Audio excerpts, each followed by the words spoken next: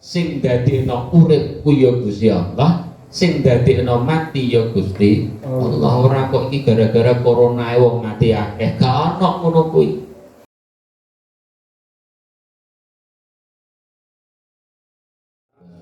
Wassalatu wassalamu ala sayyidina Muhammadin wa ala alihi wa sahbihi ajma'in. Allahumma sallimna wal muslimin wa atina wal muslimin wa'fu anna wa 'anil muslimin wa qina wa iyyahum syarra masa'ibid dunya waddin.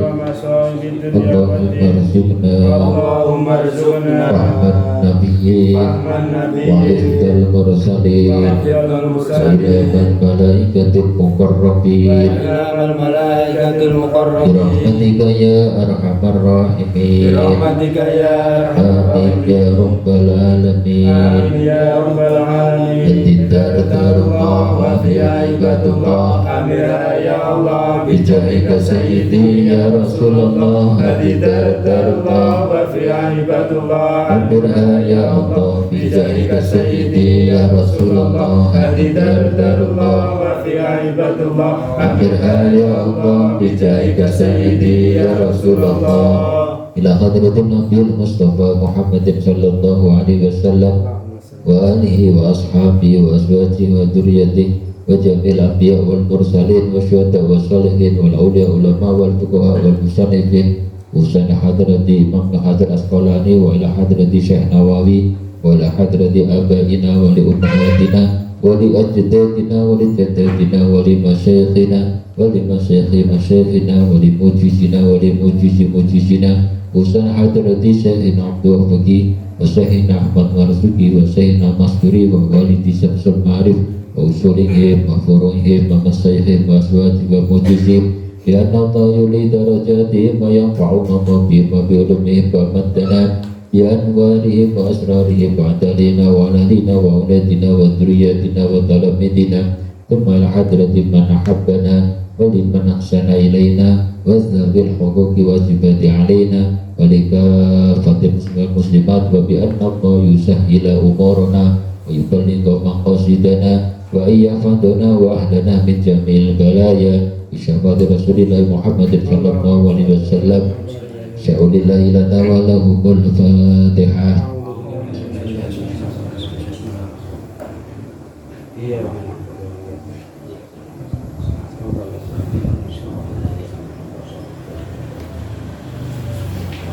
Bismillahirrahmanirrahim. Alhamdulillahi rabbil alamin. Wa bihi nasta'inu ala umuri dunya waddin. Wassalatu wassalamu ala sayyidina Muhammadin wa alihi wa sahbihi ajma'in. Qala al-musannifu wasyarihu rahimahumullah wa nafa'ana Allah bihima wa bi'ulumihima wa amadana bi anwarihima wa asrarihima wa adalina wa lahdina wa uladina wa zurriyatina wa talamidina min barakatihima fid dharain amin. Nasib nerusaken dawuhipun sahabat Umar bin Khattab radhiyallahu anhu sing nerangno nek kapan Gusti Allah iku nyimpen 6 perkara ing dalem 6 perkara liyane. Sing nomor selanjutnya wa kata malan nyimpen utawa nyumpetaken sapa Allah al mauta ing mati fil umuri ing dalem umure. Mati itu hal yang pasti. Semua yang mempunyai umur itu mesti mati. Lah, kapan tumibane mati kuwi disinggahno disembunyikan oleh Allah. Kayak enek wong sing weruh kapan matine, meskipun saumpama secara medis dokter mengatakan sampeyan harapan sembuhnya sekian persen, 100% saumpama waras. Tapi nek kapan wis tumiba paktine ya mesti mati. Idza jaa ajaluhum la yastakhiruna sa'atan wa la yastaqdimun. Lan mati kuwi ora mengenal usia. ora kok sing umure tuwek iku terus mati dhisik ora. Aku sampeyan wis buktekno bolak-balik terkadang ana bayi utawa wong sing luwih enom mati dhisik yo akeh. Mati tidak mengenal status. Ora kok wong sing melarat iku matine gelis, sing sugih matine keri yo gak.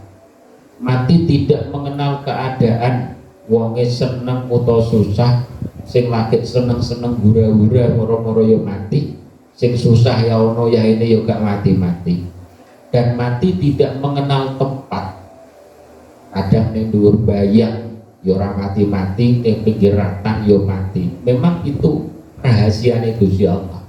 Jadi Allah menyembunyikan mati pada umur, pada usia. Jadi kullu nafsin dha'iqatul maut, iki wis rahasiane Gusti Allah. Lah, apa perlune Gusti Allah kok nyinggahno mati? Perlune payam bali mongko sayukjo. Hina idin ing dalem nalikane mengkono-mengkono kata mal maut dikuli ahadin kedue wong suwiji ayas ta'iddah apa yen to cawis-cawis sapa kuli ahad lil mauti maring mati fi kulli waqtin ing dalem saben-saben waktu. Mati disembunyikan oleh Allah gunane agar supaya semua orang, aku sampeyan gelem gak gelem kudu siap mati. Ora nek ngenteni kondisi malaikat Israel utangku urung lunas. Musik Israel aku sik Joko yo renek. Ya wis memang seperti itu, iku rahasiane Gusti Allah. Mila aku sampeyan dengan adanya kepahaman bahwasanya mati itu rahasiane Gusti Allah bisa datang sewaktu-waktu, aku sampeyan kudu siap-siap mati. Carane apa? Nyiapno mati ya bil ibadah dikelawan ngakehaken pira-pira ibadah. Perlune farubama yahja'u mongko terkadang ngaget ujug-ujug bahasane wong kulonan ngaget teka ing kullu ahad al mautu apa mati. Jadi supaya aku sampeyan mempersiapkan mati dengan memperbanyak ibadah, sapa ngerti kok moro-moro mati. Lha kok meden-medeni ora meden-medeni memang yo ngene iki. Jadi wong mati itu yang harus adalah sebuah keharusan karena Allah itu wis dawuhna kaifa takfuruna billahi wa kuntum amwatan fa ahyakum summa yumitukum summa yuhyikum summa ilaihi turja'un. Aku sampeyan iku asale barang mati diuripno dening Gusti Allah, terus dipateni dening Gusti Allah, terus engkok diuripno Gusti Allah. Jadi sifatnya Gusti Allah iku alladzi yuhyi wa yumit. Sing dadekno urip ku ya Gusti Allah, sing dadekno mati ya Gusti Allah. Ora kok iki gara-gara corona wong mati akeh, gak ono ngono kuwi. Nek kapan Gusti Allah ngersakno mati ya wis mati wae wis. Nek kapan Gusti Allah urung ngersakno wong kuwi mati ya urung mati-mati. Senajan paribasane wong kuwi lara pirang-pirang taun. Lah mila aku sampeyan sing isih enom seger buker ngene iki ya ora oleh rumangsa, alah sik enom nyantai, Bro. Matine sik suwe ora ana kaya ngono iku. Wis akeh buktine, akeh contone terkadang sing enom mati dhisik. Lah sebaliknya kanggone wong tuwa yang ngono. Sebagian orang tua terkadang punya pikiran sampeyan nyambut gawe kok nunggu mentok esuk surawan bengi. Yo aku wis tuwek tapi iki kanggo nyediakno anak-anakku. Lho gak lidok kadang anake mati dhisik lho ngono. Sing disediani sapa? Ya ora usah kaya ngono kuwi. Sing penting aku sampean siap-siap mati, oleh siap kanthi ngakeh nang ibadah. Lah ibadah ku ya maceme akeh. Wa katamalan nyimpen sapa Gusti Allah as-sholatal wusta ing salat wusta. Allah Subhanahu wa taala dawuh ana ing surat Al-Baqarah ayat 238. A'udzubillahi minasyaitonir rajim. Bismillahirrahmanirrahim. Hafizu 'alas sholawati was sholatil wusta wa qumu lillahi qanitin. Padha ngreksa sira kabeh marang pira-pira salat was sholatil wusta lan salat wusta. Para ulama berselisih pendapat apa sing dimaksud sholatul wusta iki apa kok sampai disebut khusus oleh Allah dalam surat Al-Baqarah itu? Ya karena memang rahasia. Sebagian ulama berpendapat di sholat duhur, sebagian ulama berpendapat sholat asar, dan pendapat-pendapat yang lain itu hanya pendapat, tidak ada kepastian. Jadi yo iso subuh, iso duhur, iso asar, iso maghrib, iso isya. Jadi memang sholat wusta atau sholat yang mempunyai kelebihan karena memang disebut khusus. Jadi kan ayatnya hafizu ala sholawati was sholatil wusta. Jadi sholat wusta itu sholat yang utama. Tidak, Allah tidak menyebutkan sholat asar, sholat duhur, enggak. Perlu nih apa? Maknane wusta ail fudla tegese kang utama disembunyikan fi sholawati ing dalem pira-pira sholat al-khamsi kang 5. Perlune liyataharra drapun niti niku sungguh-sungguh goleki dengan sungguh-sungguh kutaharra annasu sapa menungso jami'aha ing sekabehane salat.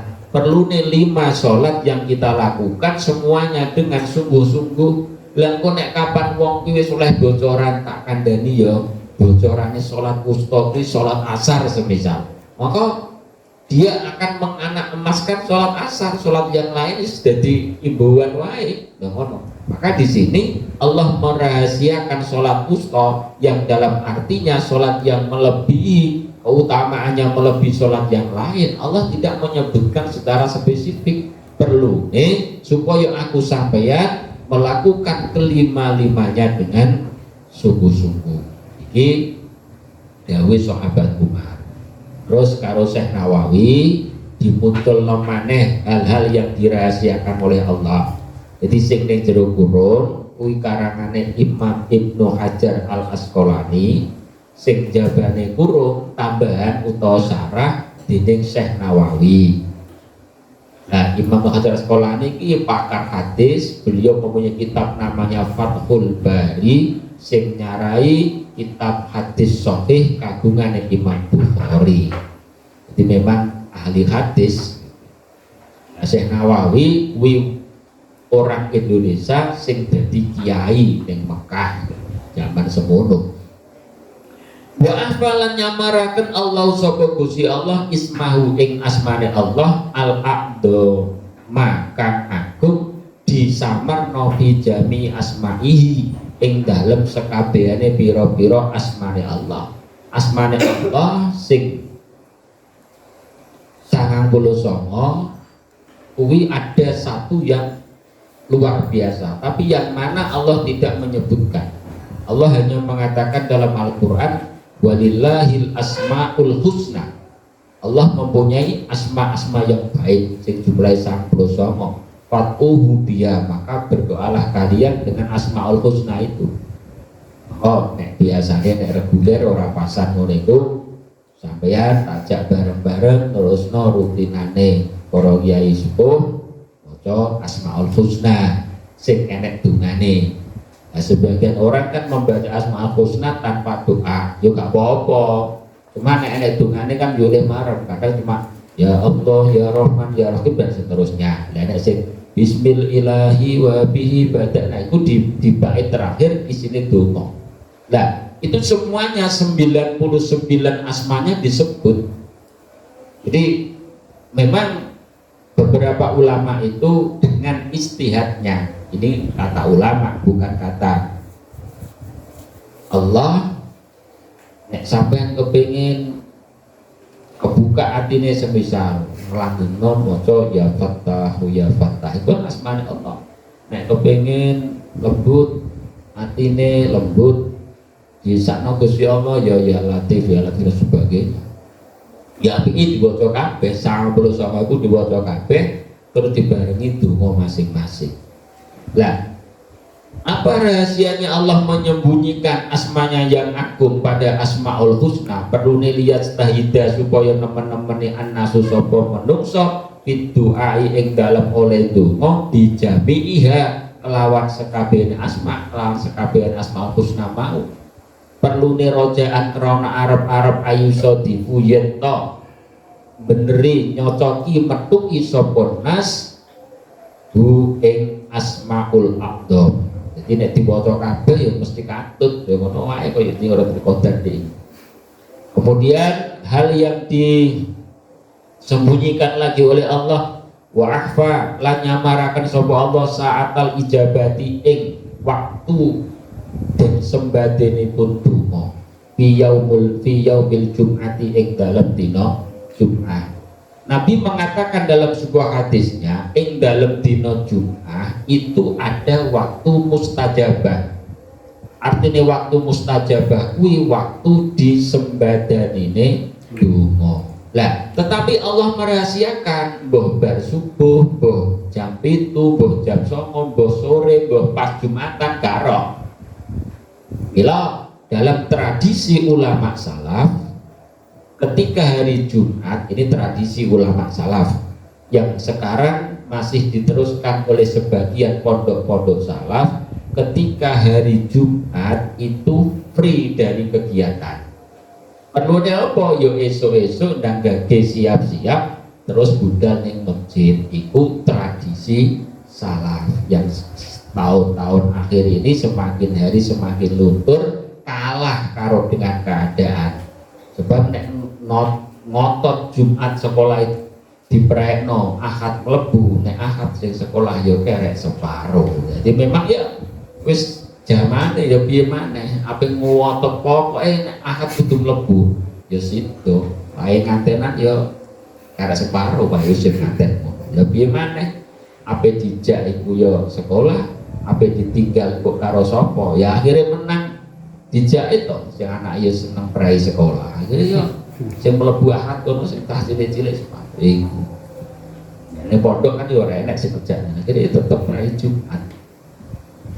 Nah, di dalam hari Jumat, ya bila aku sampean ya kudu mempunyai kiat-kiat dhewe. Jadi nek dina Jumat ya ngake-ngakeno ndonga. Mbuh jam pira ya ora roh. Ora kok kadang ngajine prai, kegiatan prai wis mumpung prai turu ayo kleru. Perlu lihat tahida terapun temen-temen nasu sapa menungso biduai kelam donga fihi ing dalem dina Jumat. Jadi mulai pagi sampai sore ya wis full dina Jumat itu untuk donga marang Gusti Allah. Wa akhfalan nyamaraken sapa Gusti Allah asab al-masaniyah ing sab al-masani. Sab al-masani ku maksude 7 ayat sing diulang-ulang. Ini menurut pendapat yang kuat yang banyak diikuti oleh orang ini adalah surat Al-Fatihah. Al-Fatihah itu 7 ayat dan 7 ayat ini dibaca berulang-ulang. Kapan kui? Ya waktu aku sampai sholat. Ini tafsiran sebagian ulama. Tapi redaksi dari Gusti Allah, redaksi dari Kanjeng Nabi tidak menyebutkan secara jelas sabul masa itu yang mana. Yang jelas ada 7 ayat di dalam Al-Quran itu yang mempunyai nilai luar biasa. Nah maka 7 ayat ini oleh Allah tidak dijelaskan secara jelas, hanya dikumpulkan di jumlah suwaril Qur'ani ing dalam jumlah piro-piro surate Al-Quran sing ono 114 iku pasti ada sabul masaninya. Tapi yang mana kita nggak tahu. Nah, maka kritik dari kelompok sebelah, Quran itu surat Yasin tok. Apa agar tahlilan Yasin kok acara apa Yasin? Liyane ra tau diwaca. Benar. Sampai nggak usah tersinggung. Memang Quran itu bukan surat Yasin tok. Ada surat Toha, ada Ar-Rahman, ada Waqiah, ada yang lain. Jangan sampai itu diskriminasi marang surat Al-Quran, salah tambahan. Ya tapi yang penting awak dhewe to bisa gelem maca Yasin sampean belas orang lho ngono. Jadi secara kritik membangun itu kita tanggapi positif. Tapi nek dhek ngeyel awak dhewe dianggap menganak emaskan Yasin. Sementara ini kan kita terlalu dominan Yasin loh. Acara apa sing dibacakno Yasin nah. Padahal terkadang itu tidak sesuai dengan yang dimaksud oleh surat tersebut gitu loh. Kadang ada uang syukuran opo itu maca Yasin betul. Mestinya ya ke 114 surat itu diwaca kabeh. Nek diwaca kabeh ya kapan bare ya daripada gak ya sebagian sing dienggo rumus kaidah fikih mala yudraku kulluh la yudraku kulluh, apa yang tidak bisa ditemui semuanya jangan ditinggal keseluruhannya. Kita memang belum bisa membaca 114 30 juz sempurna, tapi ojo kok terus gak maca blas iku yo kleru. Senajan sak surat Yasin lah penting daripada ora, syukur-syukur yo ditambahi. Karena kadang-kadang ketika diminta ngisi kematian mayit, nek kanggo mayit mestinya yang paling bagus itu tambah surat Al-Mulk itu nek kalam tujuannya mayit begitu. Sebab riwayat yang lain mengatakan Yasin itu nek kanggo arep mati. Nek wis mati surat Al-Barok. Mbok kanggone keperluan apa ya ada sendiri. Karena memang Allah sudah mengatakan dalam Al-Qur'an wa nunazzilu minal Qur'ani ma huwa syifaa'un wa rahmah lil mu'minin. Aku turunkan bagian dari Quran itu ana sing dadi kanggo obat. Sifat iku obat. Wong Jawa ngarani kanggo suwung. Quran itu serang ya cuma ya sesuai dengan kebutuhannya masing-masing. Ya terkadang ya aneh toh, ya aneh. Wong nalika hamil ya dibaca Maryam karo Yusuf. Isi surat Maryam surat Yusuf enggak ada hubungannya sama sekali dengan jabat bayi. Yang ada itu hanya judulnya tok. Judulnya surat namanya surat Yusuf, buku-buku anak lanang koyok Yusuf ganteng ngono tok. Tapi nek sampean perhatikan isinya surat Yusuf tidak ada hubungannya dengan jabat bayi. Nah, itu mbuh tekon di aku dhewe mencari sumber dari mana orang sini nek kapan walimatul hamal kok sing diwaca Maryam utawa Yusuf. Itu saya belum menemukan referensinya. Saya cari di khasiat surat-surat Al-Quran gak ada khasiatnya Yusuf karo Maryam untuk jabat bayi, itu gak ada. Bahkan sebagian itu tambah banyak di surat Ibrahim, donga-donga anak soleh, Rabbana wa ba'ath rasulan dan seterusnya begitu. Ya, tapi wong wis kadung umum, wong ini ngerubah ngono iku ya wanang, ya wis ora apa-apa lah daripada diwacana musik dangdut ya ambek Al-Qur'an ngono ae. Tapi secara khusus gak ada khasiat Yusuf ataupun Maryam untuk jabat bayi. Nah, di sini Allah menyembunyikan sabul masani pada 114 surat. Perlu niliyas tahida supaya teman-teman an-nasu sapa manungsa fi qiraati jami'iha ing dalem maca sekabehane surat Quran. Apa maneh Ramadan iki ya ayo padha semangat ngilingno ya wis bolah piye carane nek iso aja sampai gak khatam pisan. Syukur-syukur luwe.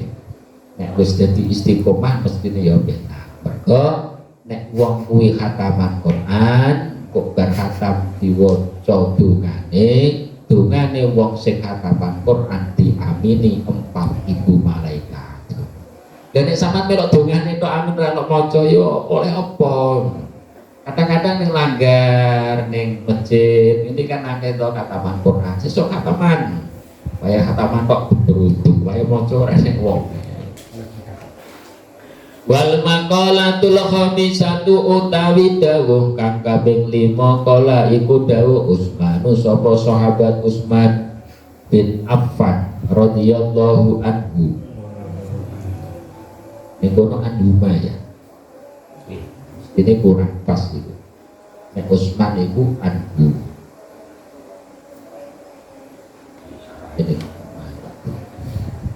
Jadi gini ki ya perlu dingerteni kenapa kok gak anhuma kok gak oleh.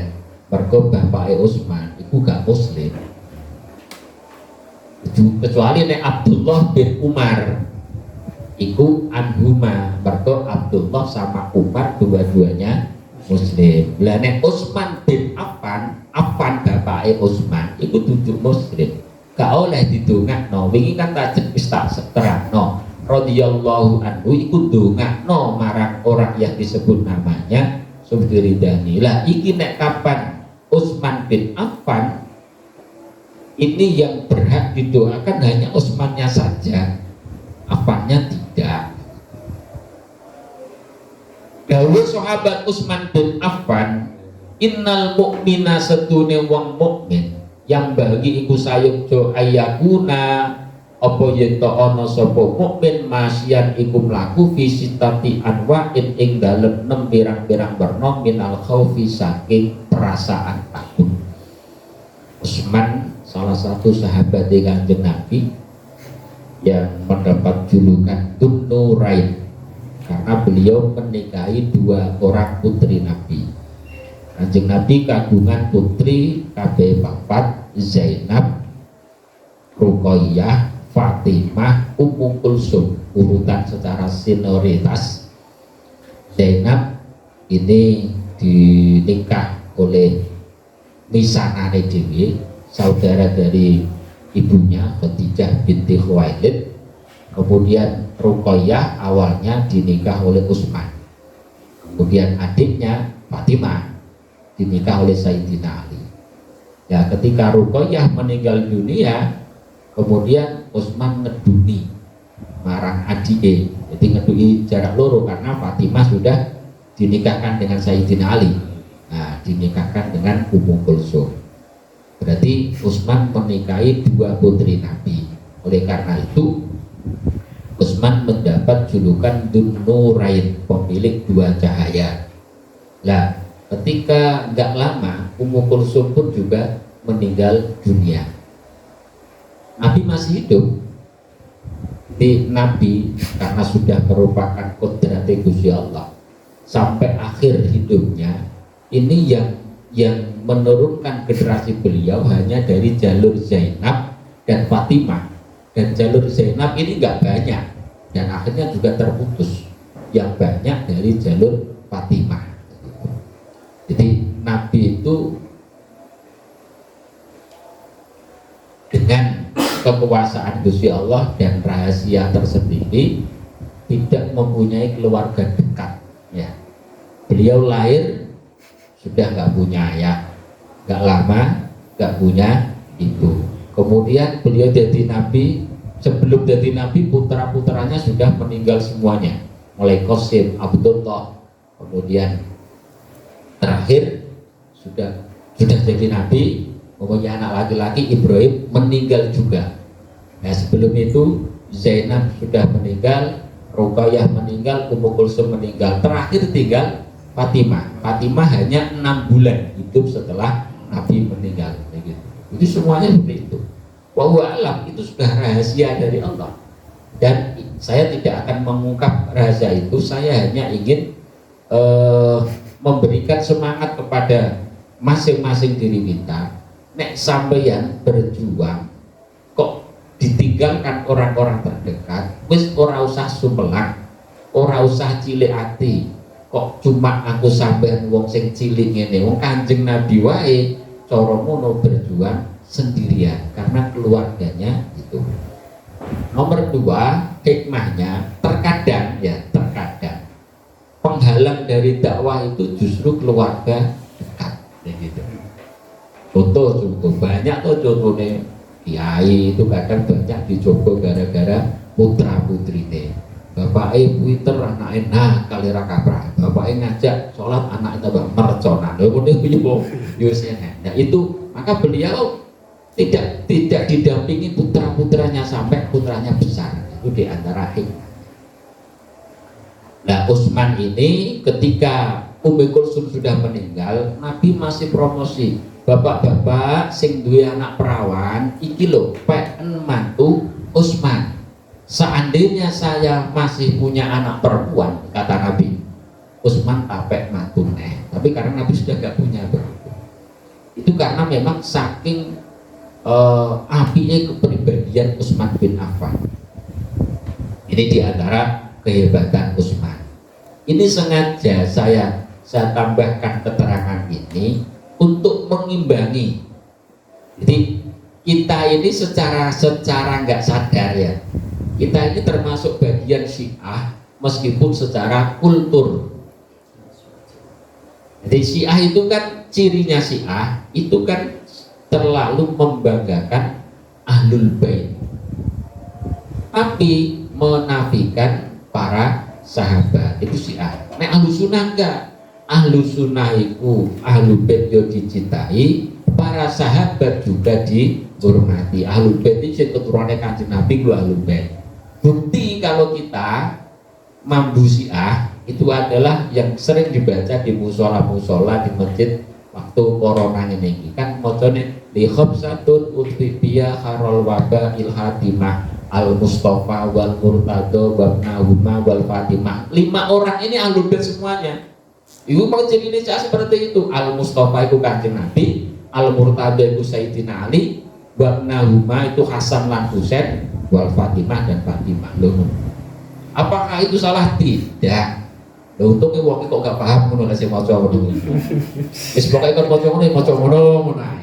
Padahal kalau dia paham, maka dia akan mengkultuskan 5 orang itu nanti menjadi embrio untuk menjadi Syiah. Dan Syiah sendiri itu macam-macam, ono Syiah Zaidiyah, ono Syiah Imamiyah, ono Syiah Isna Asyariyah. Yang paling keras adalah Syiah Zaidiyah dan Isna Asyariyah. Nek Syiah Imamah rada longgar. Nek Syiah Zaidiyah mengkafirkan Abu Bakar, Umar, Utsman. Orang kafir sih. Mereka menganggap Abu Bakar, Umar, Utsman adalah pencuri khalifah. Sajane biyen jadi presiden cara Sayyidina Ali gara-gara Abu Bakar diroyok dipek. Itu kata Zaidiyah. Yang Isna Asyariyah tidak mengakui mereka sebagai imam. Imam itu hanya 12. Mulai Ali temurun sampai Ali Zainal Abidin itu ada. Itu macamnya. Lah di Indonesia ini ada. Lah di Indonesia memang ketika sejarah masuknya Islam di Indonesia sebagian itu mengikuti orang Syiah. Lah kenapa kok Syiah? Karena Syiah itu Syiah itu pakar politik. Nek politik rodok mentalan. Jadi kiai-kiai yang politik itu biasanya afiliasinya ngajine biyen ning pondok-pondok Syiah gitu. Dan nek ngajine ning orang-orang Sunni iku ora patek ngreket politik karepmu, pokoke aku butuh ngaji yo moh di anggota DPR. Nah, kemudian masuk di Indonesia 2 hal ini digabung. Dari kelompok Syiah diambil semangat untuk menata negaranya, dari kelompok Sunni diambil tasawufnya. Itu jadi Indonesia itu campuran. Diarani Syiah gak usah gelo sampean. Karena nek sampean paham tiba, paham berjanji, Syiah tulen kuwi. Imam Ja'far al-Barzanji kono ning kono nyebut Abu Bakar, Umar gak ono. Mestine ki yo Ali, Hasan, Husain sak keluargane. Itu yang cirinya orang Syiah gitu. Ya ngono mau untungnya gak paham ngono ae wis penak wis kerek maca. Nah, makanya hati-hati ketika kalian menjumpai. Terkadang kita kan hanya menggempur kelompok Wahabi. Wahabi yang sekarang menjadi Salafi, tapi kita melupakan kelompok Syiah. Padahal Syiah itu di Indonesia lebih lama dan lebih banyak mestinya. Wahabi Salafi Saiti lebih banyak Syiah. Cuma ya nggak ketoro mengenai karena memang mereka ada yang namanya ilmu taqiyah. Jadi di antara akidahnya Syiah itu taqiyah. Taqiyah itu apa? Buklon cara gampangane. Nek kumpul wong Sunni melok Sunni ngene oleh. Itu namanya paham mereka yang namanya taqiyah. Dan ini memang sulit ya, sulit untuk dilacak. Jadi karena mereka secara amaliyah 99% sama dengan kita amaliyah. Nah kita memang beda. Amaliyah bodoh, mereka juga tahlilan, mereka juga kunut begitu. Tapi ini yang jarang. Tapi untungnya Syiah yang di Indonesia ini tidak, yang banyak tidak Zaidiyah, tidak Isna Asyariyah. Ya Syiah tapi yang agak sedikit longgar. Innal mu'mina fi sittati anwa'in minal khauf. Wong kuwi ngendikane sahabat Utsman harus punya rasa takut dari 6 hal. Akadua utai salah sijine 6 ayakhofa iku yen wedi sapa mukmin min kibalil imani saking arai Gusti Allah, min kibalillahi saking arai Allah. Yang pertama seorang mukmin itu harus takut kepada Allah. Apa yang ditakutkan? ayyahuda ing yen to mundut bahasa aluse sapa Allah minhu saking wong al imana ing iman dipundhut waktan naz'i ing dalem wektune nazak. Aku sampeyan iku kudu wedi marang Gusti Allah sok ben nek aku mati nyawaku dicabut iki isih nggawa iman apa ora.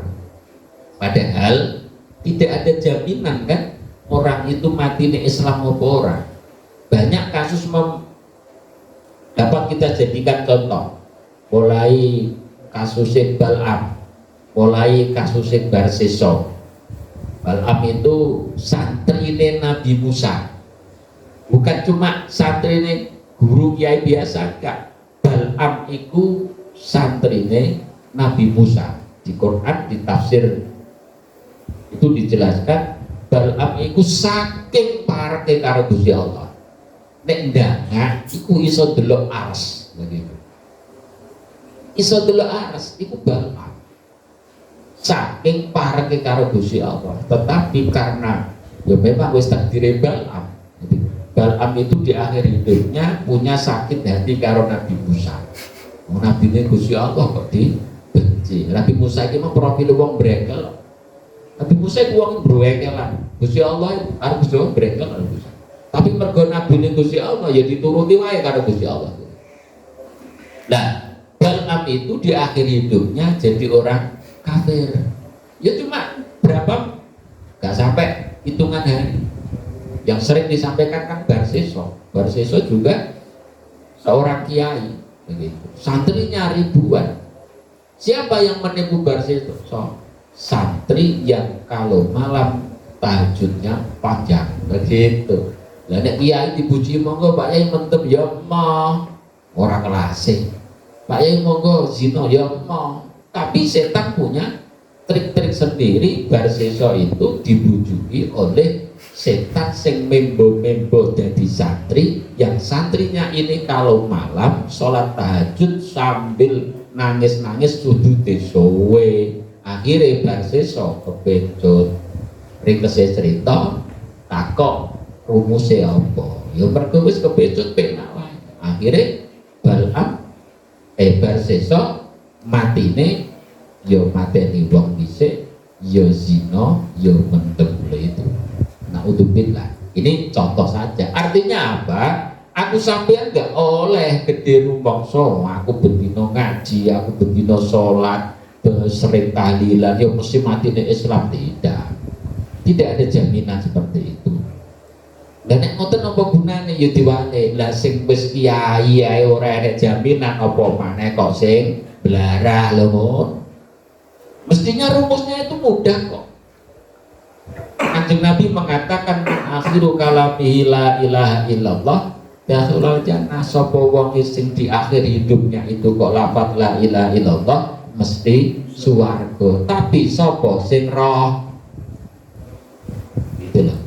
Maka di dalam adab merawat orang sakit, aku sampeyan diperintahkan oleh para ulama wong sing nazak itu loro sing marake mati gitu jenenge nazak. Iku dikongkon nalkin iku tuntunan lafaz la ilaha illallah. Perko nek kapan bar la ilaha illallah mati swarga, jelas iku wis. Tapi kita kan nggak tahu dan terkadang kita sudah dibujuki dengan tipu daya setan. Nek loro nemen digawa ning rumah sakit tiga ICU dhewean. Iku padha karo jokrokno wong menghadapi setan sendirian. Keliru.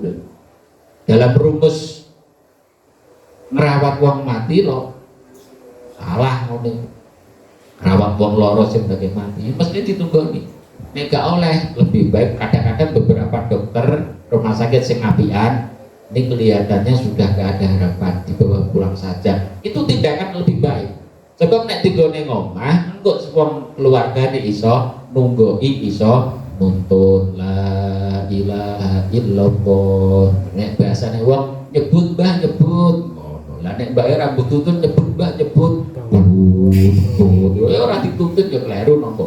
Dituntut. Enggak usah banter-banter. Ayo mbah nyebut la illallah ora usah. Ya cukup pisan tok wae. la ilaha illallah mbok iso nirokno. Engko nek wis bar sampean tak kandhani wong sing nazak iku mesti apa bermemeh ngomong sak karepe dhewe. Nah, itu memorinya wis gak karu-karuan wis sing diomongno ya wis macem-macem. Biasane uruk kebiasaane nalika isih sehat. Wis macem-macem cara jaman nomor biyen wonge kok sering pasang nomor ya mesti sing diomelno ya nomor kuwi mau. Apa Mbah 22 sombong wis ra karu-karuan ngono iku. Lah nek bar ngomong ngono ku tuntun maneh la ilaha illallah. Nek wis bar Allah meneng ya wis. Begitu ora kok terus enggak payah nanti wongnya tambah enggak bisa masuk. Nah ini perlune aku sampean yang ngono kudu wedi nalika dijabutin nyawa utawa nazak iku nggawa iman apa ora ringkes sing nggawa la ilaha illallah apa ora. Bila bungane wong nek bar tahlil mestine aku sampeyan nek bar tahlil la ilaha illallah iku donga kalimatu haqqin alaiha nahya wa alaiha namut wa nub'asu insyaallahu minal aminin. La ilaha illallah adalah kalimat yang hak, kalimat yang benar. Atas kalimat ini kita hidup, atas kalimat ini kita mati. Iku dongane mestine ngono. Nah iki biasane sing mesti sing mimpin ya sing mimpin tahlil mestine. Tapi kadang sing mimpin tahlil ya ora roh ya wis la ilaha illallah ngono ae. Jadi kalimatu haqqin alaiha nahya wa alaiha namut. Iki sing penting. Donga tapi ini kalimat yang hak, atasnya kita hidup dan atasnya kita mati. Itu mulai wong iku nek mati netepi la ilaha illallah kata Nabi dakhalal jannah. Iku wis mesti. Memang tahlilan itu dikumpulkan dari beberapa hadis.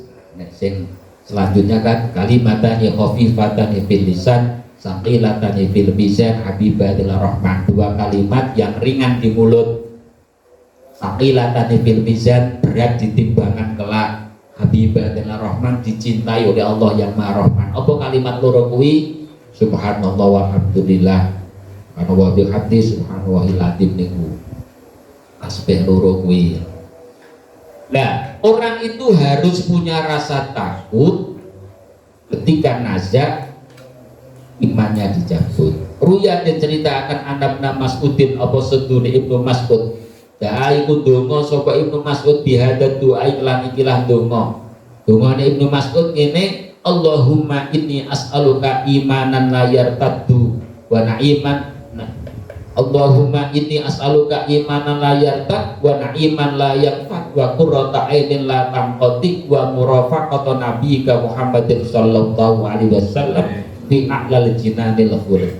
Allahumma bi Allah ini sedune ingsun as'alu iku nyuwun sapa ingsun ka ing panjenengan imanan ing iman la yartad kang boten murtad apa iman duh Gusti kula nyuwun dumateng panjenengan keimanan ingkang boten ngantos murtad. Wa na'iman lan nyuwun ing nikmat layang kang boten telas apa nikmat. Wa qurrata ainin lan kula nyuwun ing antenge mripat latang koti kang boten pegot apa qurrata ain. Wa murafaqatan nabi kalan kula nyuwun ing kekancan nabi panjenengan Muhammadin rupane Gusti Kanjeng Nabi Muhammad sallallahu alaihi wasallam fi a'lal jinanil khuldi ing dalem luweh nginggil-nginggile swarga khulad. Iki dongane Abdullah bin Mas'ud. Abdullah bin Mas'ud dhewe sahabate Kanjeng Nabi sing termasuk salah seorang pakar fikih iku wae tetep donga kuwi njaluk keimanane gak sampai protol. Nah, teks lain para ulama memilih doa sing luwih ringkes. Ya Allah biha, ya Allah biha, ya Allah bi husnil khotimah. Iki sampean donga dhewe, ora usah ngenteni nek enek istighosah terus melok donga kuwi. Ya nek kapan matine bar istighosah. Ngono. Makane ya didhawuhna ulama paling ora bar salat donga kuwi ping 3. Sing enteng wae nek donga Abdul Mas'ud iki panjang. Lali wis kok sampean. Sing enteng-enteng wae ya Allah biha, ya Allah biha, ya Allah bi husnil khotimah. Iku sing pertama, hal yang harus ditakuti oleh orang mukmin, harus takut kepada Allah ketika Allah mengambil nyawanya, imannya katut tercerabut. Sing nomor loro wasani utai kang kaping 7 perkara sing kudu diwedeni dening wong mukmin ayya khofa iku yen to wedi sapa mukmin min ibadil hafadzati saking arahe pira-pira malaikat hafadzah. Sapa malaikat hafadzah kuwi ail katibina tegese malaikat juru tulis. Sing aku sampeyan sering pahami raqib atid. Sing juru tulis marang apa li a'malil ibadi marang pira-pira amale pira-pira kawula. Wedi ayat tubuh ing yen to nulis sapa hafadzah ali ing atase wong mak ing barang yaftadihu kang kaweleh-weleh sapa wong di kelawan ma yaumal kiamati ing dalem besok dina kiamat. Sampeyan harus takut kepada raqib dan atid ketika yang ditulis itu hal-hal yang bisa menjatuhkan prestasi jenengan besok ing dalam dina kiamat. Nah, apa sing iso jatuhkan ing dalam dina kiamat? Yo maksiat. Sampai kudu wedi aja sampai maksiatmu ditulis raqib atid. Nih.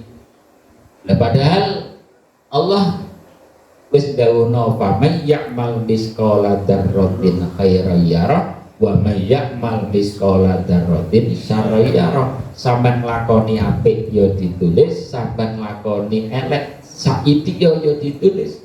Mila ya aja ngakehno tulisan elek begitu. Ya nek perlu ada sebuah teknik tahu alam bener gae saya tidak menemukan referensi yang muktamad. Nek kepingin bolo malaikat itu hadiah Fatihah. Ini diantaranya wong kepingin rezeki lancar hadiah Fatihah tukang adu rezeki.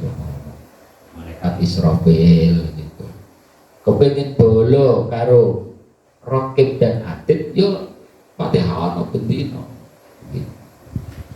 Itu rumusnya Gus Dur itu, tapi saya tidak menemukan referensi dari kitabnya. Jadi Gus Dur itu punya keistimewaan, beliau makanya ilmu apa iso karena memang beliau punya sarana namanya tawasul. Jadi ketika menghadapi masalah pemerintahan maka beliau tawasul ke Sunan Giri atau kepada Raden Batak, kepada ilmu apa pengobatan marang Maulana Ishaq ya sesuai dengan bidangnya masing-masing. Jadi begitu juga Gus Dur itu bagian kepada sahabat-sahabat kan ada yang pakar fikih, ada yang pakar hadis dan sebagainya. Itu yang dipakai Gus Dur termasuk kepada malaikat. Nah, malaikat katibin hafadzah disebut hafadzah mergo sing nggawa buku catatan, disebut katibin mergo tukang nulis.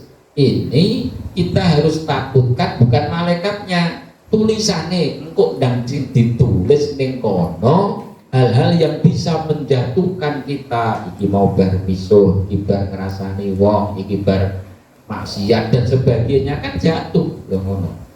Lah carane piye ya aja nglakoni sing elek lho, yang nglakoni wae sing apik. Ananin Nabi saking kaceritakan saking gusti Kanjeng Nabi Muhammad sallallahu alaihi wasallam.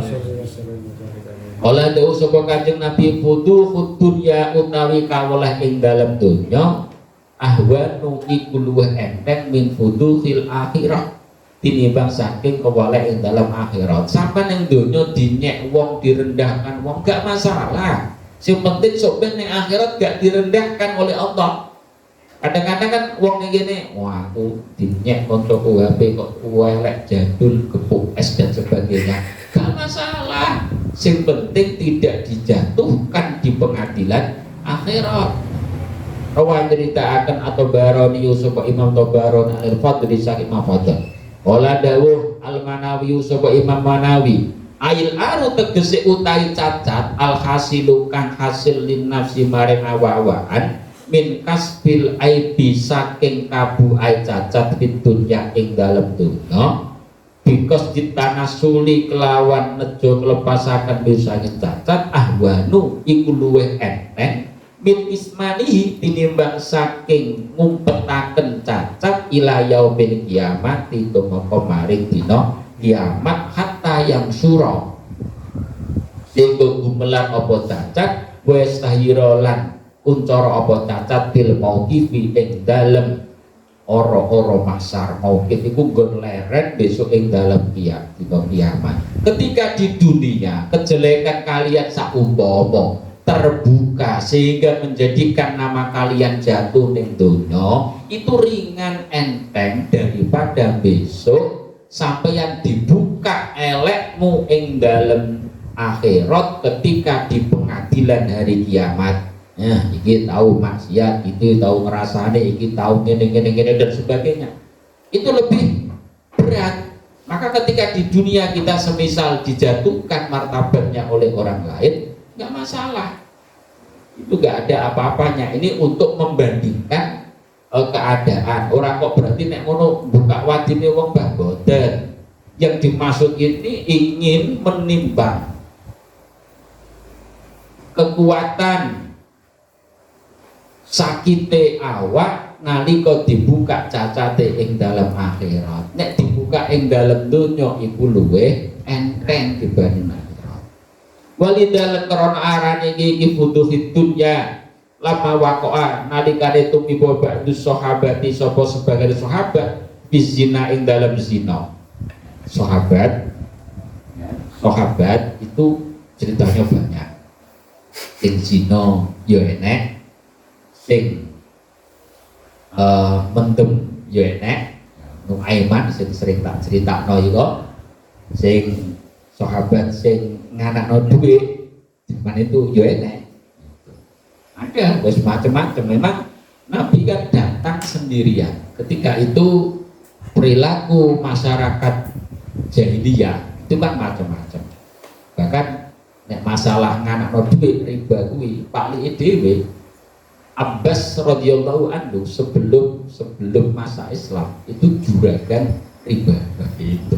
Makanya ning kono didhawuhno walahu masalaf itu. Untuk yang itu yang lain urusan yang lain, yang lama sudah lama. Ya. Nah ini ketika itu ada seorang sahabat dan memang sudah jadi sifatnya Nabi, sifatnya para kiai tidak menyebutkan identitasnya. Soalnya cerita elek. Biyen niku enek sahabat zina. Mari ngono wa arafa lan weruh sapa ba'du sahabat mau hadis ing ila hadis. Krungu Kanjeng Nabi dawuhna hadis kuwi mau. Nek kapan kaweleh-weleh ing dalem donya kejelekannya terbuka ning donya kuwi luwih enteng dibanding besok dibuka ing akhirat. Akhire akor mongko ngakoni sapa ba'du sahabat ki mau bidalika kelawan mengkono zina lalu maring Kanjeng Nabi. Perlune liyahuda drapun ngekhat iku jilid dihukum cambuk. Liyahuda drapun ngekhat sapa Kanjeng Nabi lalu maring sahabat walam yarji lan ora baleni sapa ba'du sahabat anil ikrari saking pengakuane ma ta'ridi sumbertane oleh mliringi. Mliriku ngancame Kanjeng Nabi lalu maring sahabat. Jadi ketika sahabat ini tadi mendengar tentang hadis itu terus dia segera ke Kanjeng Nabi. Ngapunten Kanjeng Nabi, saya telah melakukan zina demikian, maka tolong hukum saya. Sebab hukuman itu kalau sudah diberikan ning dunya dan itu kalau diterima oleh Allah bisa menghapuskan, paling tidak meminimalisir hukuman yang ada di akhirat loh. Ane bolak-balik tak critakno, nek aku sampai yang bar nglakoni maksiat kok mari ngono dikei azab jawab alhamdulillah. Contoh sampean bar misuh bar ngelokno wong mari ngono ning jeding kepleset lambene jedir alhamdulillah. Iki mau gara-gara bar ngelokno wong saiki aku di azab dening Gusti Allah lambeku jedir. Mergo apa? Luwih enak sampeyan jedir ning donya dibanding jedir ning akhirat lho. Ora kok tambah misuh maneh. Walah, tambah akeh.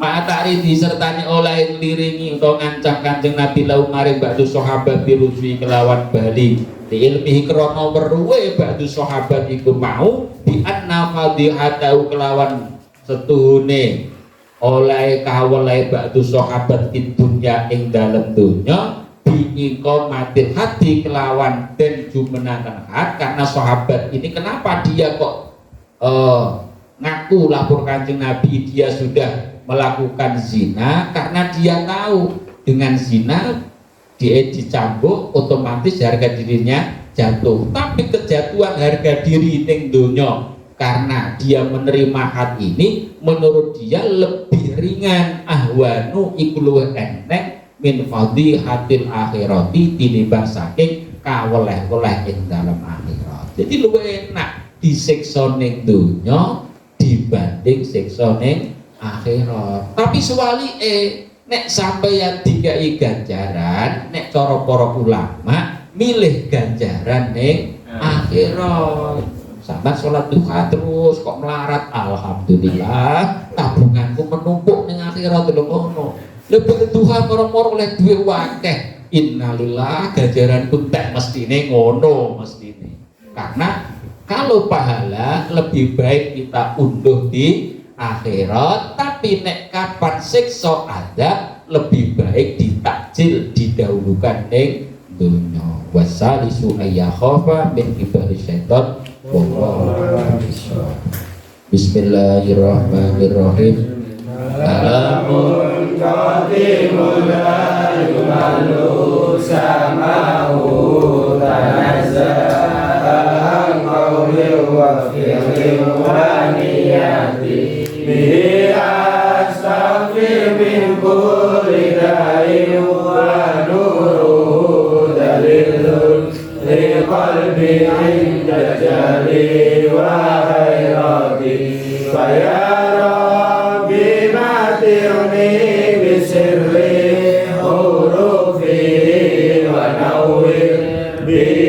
qalbi wa sam'i wa mukallati fabli ayya wa ilman wa hikmatan wa lirizqi ya razzaqu kulli musahila wa bil khairi ya fattahu fattah wa bil huda wa bil ilmi kulli mufaddila faya rabbana stajib lana ya ilahana bijarin nabi asrofi man khalusila subhana rabbika rabbil izzati amma yasifun wassalamun ala mursalin walhamdulillahi rabbil alamin. Iki nek luwehan satu alim ya sing durung ya tapi jumlahnya cuma 15, sing wis ya ora usah atau sing sak omah ya siji wae. Assalamualaikum warahmatullahi wabarakatuh.